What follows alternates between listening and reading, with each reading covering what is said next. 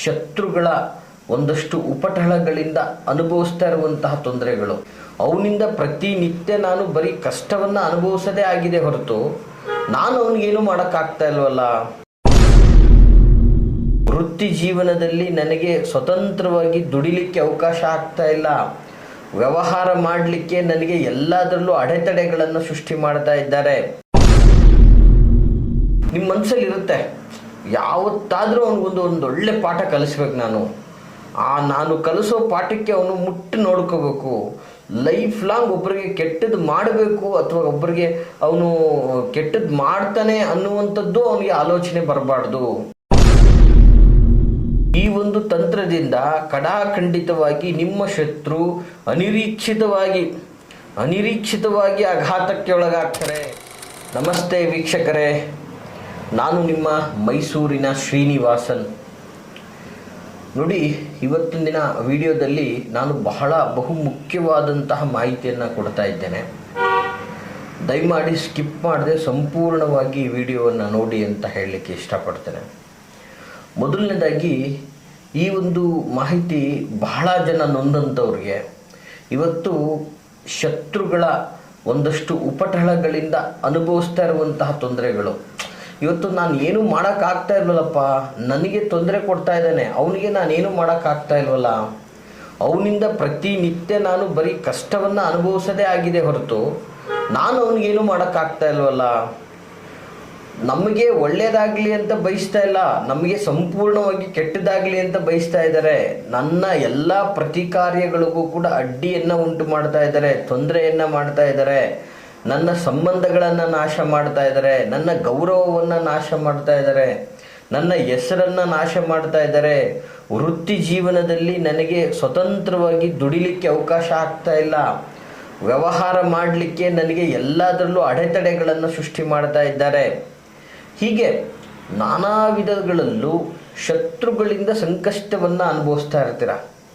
ನೋಡಿ, ಈ ಶತ್ರುಗಳ ಬಾಧೆಯಿಂದಾಗಿ ಅಥವಾ ನಿಮಗೆ ಕೆಡಕನ್ನು ಮಾಡಿರ್ತಕ್ಕಂತಹ ಶತ್ರುಗಳನ್ನು ಅವ್ರನ್ನ ನಾಶ ಮಾಡಲಿಕ್ಕೆ ನಿಮ್ಮ ಕೈಯಲ್ಲಿ ಆಗ್ತಾ ಇಲ್ಲ, ಅಥವಾ ಅವ್ರಿಗೆ ಏನೋ ಸಾಮಾನ್ಯವಾಗಿ ನೋಡಿ, ನಿಮಗೆ ಶತ್ರುಗಳು ತೊಂದರೆ ಕೊಡ್ತಾರೆ ಅಂದರೆ ಏನು ಸಣ್ಣ ಪುಟ್ಟ ತೊಂದರೆ ಕೊಟ್ಟಿರಲ್ಲ.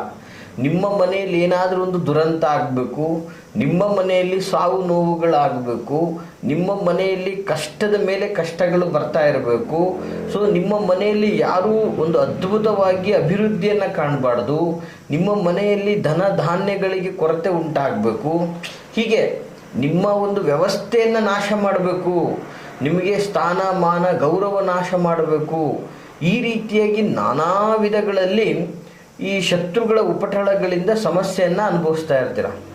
ಅಂತಹ ಶತ್ರುಗಳಿಗೆ ನಿಮ್ಮ ಮನಸ್ಸಲ್ಲಿ ಇರುತ್ತೆ, ಯಾವತ್ತಾದರೂ ಅವನಿಗೊಂದು ಒಳ್ಳೆ ಪಾಠ ಕಲಿಸ್ಬೇಕು. ನಾನು ಕಲಿಸೋ ಪಾಠಕ್ಕೆ ಅವನು ಮುಟ್ಟು ನೋಡ್ಕೋಬೇಕು. ಲೈಫ್ ಲಾಂಗ್ ಒಬ್ಬರಿಗೆ ಕೆಟ್ಟದ್ದು ಮಾಡಬೇಕು ಅಥವಾ ಒಬ್ಬರಿಗೆ ಅವನು ಕೆಟ್ಟದ್ದು ಮಾಡ್ತಾನೆ ಅನ್ನುವಂಥದ್ದು ಅವನಿಗೆ ಆಲೋಚನೆ ಬರಬಾರ್ದು. ಸೊ ಅಂತಹದ್ದೊಂದು ಪಾಠ ಕಲಿಸ್ಬೇಕು ಅವನಿಗೆ.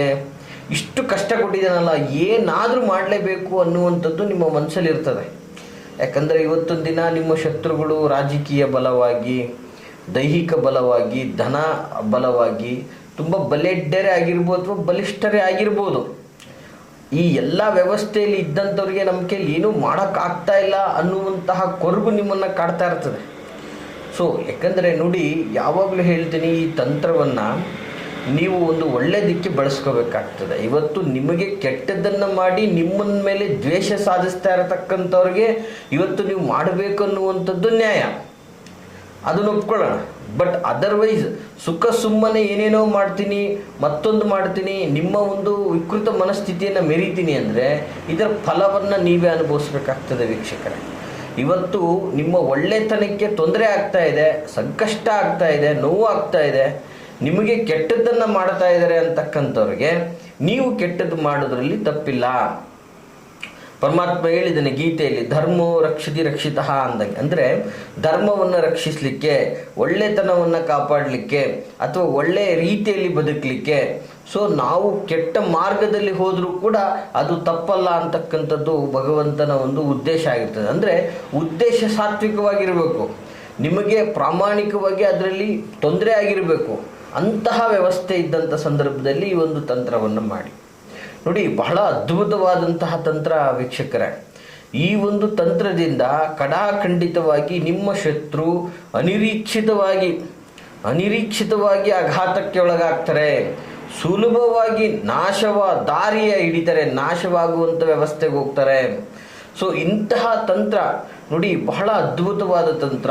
ಈ ತಂತ್ರವನ್ನು ಮಾಡಬೇಕಾದ್ರೆ ಪ್ರಾಥಮಿಕವಾಗಿ ವಿಶೇಷವಾಗಿ ನೀವು ಶ್ರದ್ಧಾಭಕ್ತಿಪೂರ್ವಕವಾಗಿ ಶುಚಿಭೂತರಾಗಿರಬೇಕು, ಮತ್ತು ಸಂಪೂರ್ಣವಾಗಿ ಈ ತಂತ್ರದ ಮೇಲೆ ನಂಬಿಕೆ ಇಟ್ಕೊಂಡು ಮಾಡಬೇಕು.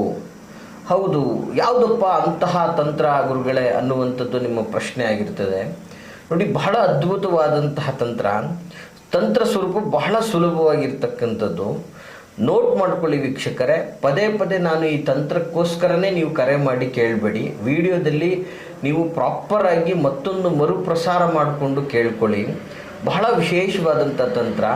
ಈಗಲೇ ಬೇಕಾದರೆ ನೀಟಾಗಿ ನೋಟ್ ಮಾಡ್ಕೊಳ್ಳಿ. ತಂತ್ರ ಸ್ವರೂಪ ಹೀಗಿರ್ತದೆ. ಬಹಳ ಅದ್ಭುತವಾಗಿ ಸುಲಭವಾಗಿ ಸೂಕ್ಷ್ಮವಾಗಿ ಮಾಡಿಕೊಳ್ಳುವಂಥ ತಂತ್ರ. ಬಹಳ ಸುಲಭ ಅಂದರೆ ಸುಲಭವಾದಂತಹ ತಂತ್ರ ಆಗಿರ್ತದೆ. ನೋಡಿ, ಮೊದಲನೇದಾಗಿ ಶುಚಿಭೂತರಾಗಿ ನೋಡಿ, ಯಾವಾಗಲೂ ಕೂಡ ಈ ಒಂದಷ್ಟು ತಂತ್ರವಿದ್ಯೆಗಳನ್ನು ಮಾಡಬೇಕಾದ್ರೆ, ಅದರಲ್ಲೂ ಈ ಶತ್ರುನಾಶನಂತಹ ತಂತ್ರಗಳನ್ನು ಮಾಡಬೇಕಾದ್ರೆ ಒಂದು ಶುಚಿಯಾದ ಜಾಗದಲ್ಲಿ ಕುಂತು ಪ್ರಶಾಂತ ಚಿತ್ತರಾಗಿ ದಕ್ಷಿಣಾಭಿಮುಖವಾಗಿ ಕೂರಬೇಕು. ಮೊದಲನೇದಾಗಿ ವೀಕ್ಷಕರೇ, ದಕ್ಷಿಣಾಭಿಮುಖವಾಗಿ ಕುಳಿತುಕೊಂಡು ಶುಚಿಭೂತರಾಗಿ, ಮತ್ತು ನೀವು ಕೂರುವಂತಹ ಸ್ಥಳದಲ್ಲಿ ಒಂದು ಮಣ್ಣಿನ ಹಣತೆಯಿಂದ ದೀಪವನ್ನು ಹಚ್ಕೊಂಡು ಕೂತ್ಕೋಬೇಕು. ಅರ್ಥ ಆಯ್ತಾ? ಸೊ ಈ ರೀತಿಯಲ್ಲಿ ಕುಂತ ನಂತರ ಇದಕ್ಕೆ ಬೇಕಾಗಿರ್ತಕ್ಕಂಥದ್ದು ಬಹಳ ಇಂಪಾರ್ಟೆಂಟ್ ಆಗಿ ತುಂಬ ಅದ್ಭುತವಾದಂತಹ ವಸ್ತುಗಳಂತಂದರೆ, ಒಂದು ಬೇವಿನ ಎಲೆ, 3 ಯಾಲಕ್ಕಿ. ನೋಡಿ, ಇದು ಒಂದು 10 ರೂಪಾಯಿ ಖರ್ಚು ಆಗೋದಿಲ್ಲ ಇದು ನಿಮಗೆ, ಆಯಿತಾ? ಅಂತಹ ಒಂದು ಅದ್ಭುತವಾದ ತಂತ್ರ. ಈ 2 ಪದಾರ್ಥಗಳಿಂದಾಗಿ ನಿಮ್ಮ ಶತ್ರುಗಳನ್ನು ನಾಶ ಮಾಡಬಹುದು ಸುಲಭವಾಗಿ, ಜೊತೆಗೆ ಭಾರೀ ಆಘಾತವನ್ನು ಕೊಡಬಹುದು. ಅವ್ರಿಗಾಗುವಂತಹ ಒಂದು ಎಫೆಕ್ಟಿಂದಾಗಿ ಅವರು ಮತ್ತೆ ನಿಮ್ಮ ಎದುರುಗಡೆ ಎದ್ದೇಳೋದು ಕಷ್ಟ, ಸಂಪೂರ್ಣ ನಾಶ. ಅವರು ನಿಮ್ಮ ಕಣ್ಣು ಮುಂದೆನೇ ಇರಲ್ಲ, ಕಣ್ಣು ಮರೆ ಆಗಿ ಹೋಗ್ಬೇಕು, ಅಥವಾ ದುರ್ಮರಣಾದಿಗಳಿಂದ ನಾಶಗಳಾಗು, ಈ ರೀತಿಯಾದಂತಹ ಒಂದು ಭಾರಿ ಒಂದು ಎಫೆಕ್ಟ್ ಕೊಡುವಂತಹ ಪವರ್ಫುಲ್ ತಂತ್ರ ಇದಾಗಿರ್ತದೆ. ತುಂಬ ಅದ್ಭುತವಾಗಿ ಮಾಡುವಂಥದ್ದಾಗಿದೆ. ಮಾಡುವ ವಿಧಾನ ಇಷ್ಟೇ, ನೀಟಾಗಿ ನೋಟ್ ಮಾಡ್ಕೊಳ್ಳಿ. ನಿಮ್ಮ ಶತ್ರುವಿನ ಹೆಸರನ್ನು ಒಂದು ಬೇವಿನ ಎಲೆಯ ಮೇಲೆ, ನೋಡಿ ಸಾಮಾನ್ಯವಾಗಿ ಬೇವಿನ ಎಲೆ ಎಲ್ಲಿ ಬೇಕಲ್ಲಿ ಸಿಗ್ತದೆ, ಒಂದು ಚೆನ್ನಾಗಿರಬೇಕು ಬೇವಿನ ಎಲೆ, ಹಸಿರಾಗಿರಬೇಕು ಬೇವಿನ ಎಲೆ. ಆ ಎಲೆಯನ್ನು ಫಸ್ಟು ಶುಚಿ ಮಾಡಿಕೊಂಡು ಆ ಎಲೆಯ ಮೇಲೆ ನಿಮ್ಮ ಶತ್ರುವಿನ ಹೆಸರನ್ನು ಬರೆದು ಅದನ್ನು ಒಂದು ಸೈಡಲ್ಲಿ ಇಟ್ಕೋಬೇಕು. ನಂತರ ಒಂದು ಸೂಜಿಯನ್ನು ತೆಗೆದುಕೊಳ್ಳಿ. ಸಾಮಾನ್ಯವಾಗಿ ಬಟ್ಟೆ ಹೊಲಿಯುವಂತಹ ಸೂಜಿ ಇರ್ತದಲ್ಲ, ಆ ಒಂದು ಸೂಜಿಯನ್ನು ತೆಗೆದುಕೊಂಡು ಆ ಸೂಜಿಗೆ 3 ಏಲಕ್ಕಿಗಳನ್ನು ಒಂದು ಪಕ್ಕದಲ್ಲಿ ಒಂದು ಪೋಣಿಸ್ಬೇಕು. ಅರ್ಥ ಆಯ್ತಾ? ಸೊ ಈ ರೀತಿಯಾಗಿ ಪೋಣಿಸಿದ ನಂತರ ಆ ಒಂದು ಸೂಜಿ ಪೋಣಿಸಿದಂಥ 3 ಏಲಕ್ಕಿಗಳ ಮೇಲೆ ಈ ಒಂದು ಬೀಜಾಕ್ಷರವನ್ನು ಬರೀಬೇಕಾಗ್ತದೆ. ನೋಡಿ, ತುಂಬ ಸುಲಭವಾದಂಥ ಬೀಜಾಕ್ಷರಗಳು. ಓಂ ಅಂತ ಹೇಳಿ, ಹಾಗೆ ಹಿಮ್ ಅಂತ ಹೇಳಿ, ಹಾಗೆ ಕ್ಲಿಮ್ ಅಂತ ಹೇಳಿ, ಒಂದೊಂದು ಏಲಕ್ಕಿ ಮೇಲೆ ಈ ಒಂದು ಬೀಜಾಕ್ಷರಗಳನ್ನು ಬರೀಬೇಕು. ಬಹಳ ಸುಲಭವಾದಂತಹ ಬೀಜಾಕ್ಷರ. ಮತ್ತೊಂದು ಸಲ ಹೇಳ್ತೀನಿ, ಕೇಳ್ಕೊಳ್ಳಿ.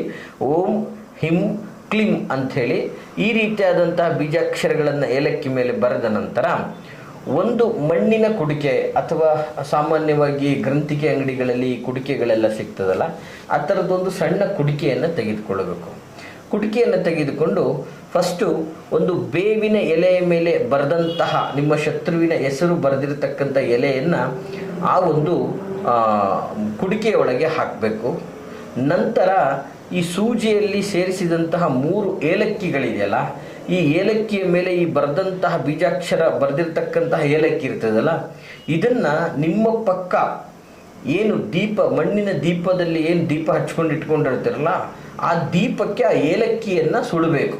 ಅಂದರೆ ಅದು ಸಂಪೂರ್ಣವಾಗಿ ಸ್ವಲ್ಪ ಕಪ್ಪಗಾಗುವವರೆಗೂ ಅದನ್ನು ಸುಟ್ಟು, ನಂತರ ಆ ಏಲಕ್ಕಿಯನ್ನು ಸಹ ಆ ಮಣ್ಣಿನ ಕುಡಿಕೆಯೊಳಗೆ ಹಾಕೋಬೇಕು.